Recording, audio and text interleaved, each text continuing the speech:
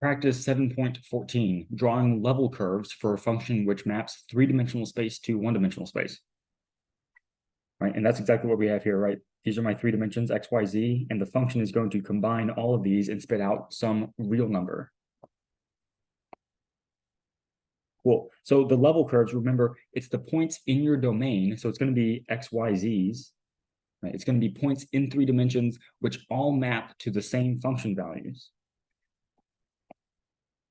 So the hint here is there's going to be three different cases depending upon the sign of f.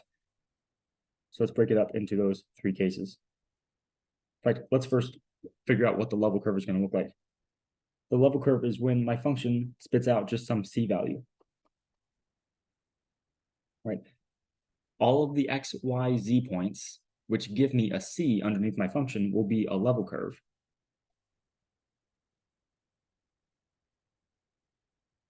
Okay, so if we have a level curve that looks like c is equal to x squared plus y squared minus z squared, I'm looking for all of the x, y, z's, which give me that constant c. And lucky for us, this is a quadratic shape. We know what this looks like. These are going to give me circles in the xy plane, and they're going to travel along z.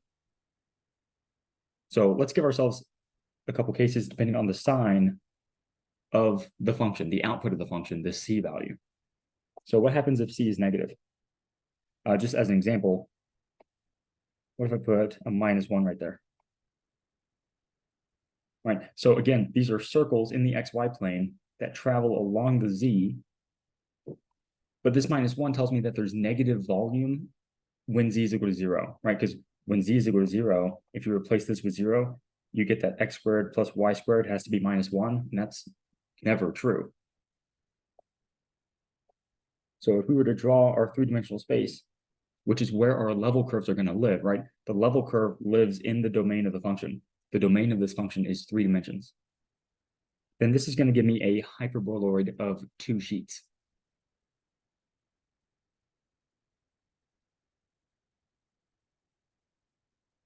Right, those are my circles in the xy plane that are traveling along or that open up on the z-axis. So this is a quadratic surface. It's a surface that takes 3 dimensions to describe, and then all of the points on this quadratic surface, because they're on the level curve, they're all going to spit out the same -1 value. So they're on the level curve of a 4-dimensional function.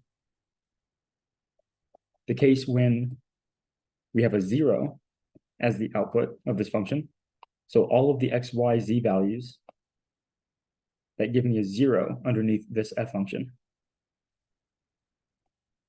We have the same logic though. I have circles in the xy plane that open up along the z-axis, but because I have a 0 here, it tells me that the center circle is going to have 0 volume. So we're going to get cones. Right, circles in the xy that open up along the z-axis. And any point on that cone, which remember, it takes place in 3 dimensions. So that point right there has an x, y, and a z value. That x, y, z value gives me a 0 underneath this function, as does that x, y, z value, and as does this x, y, z value, right?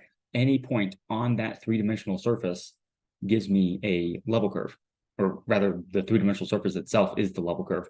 So any point on that level curve is going to give me a 0 out of this f function.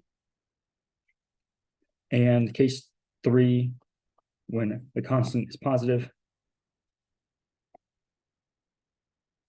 As an example, let's put a 1 over there. We have the same logic. Circles in the xy plane that open up along the z, but this time when x and y are 0, so you're on your z-axis, right? If you replace x and y with 0, you end up with just 1 is equal to minus z squared.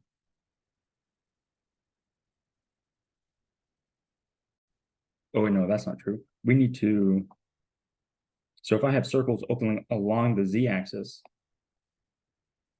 Then over here, because we had negative volume, we didn't really start on the xy plane or when z was equal to 0. But here, if z is equal to 0, we get x squared plus y squared is equal to 1. So we do actually have, yeah, that's the way you want to think about it.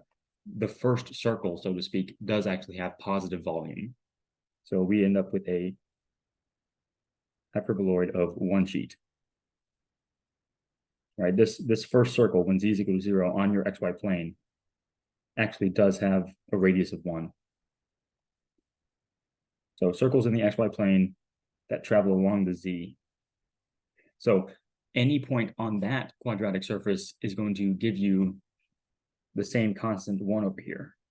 So the main idea behind this problem is level curves for functions exist in the domain. So if you have a function from R2 to R, the level curves are going to be traces of paths in 2 dimensions because your domain is 2 dimensions.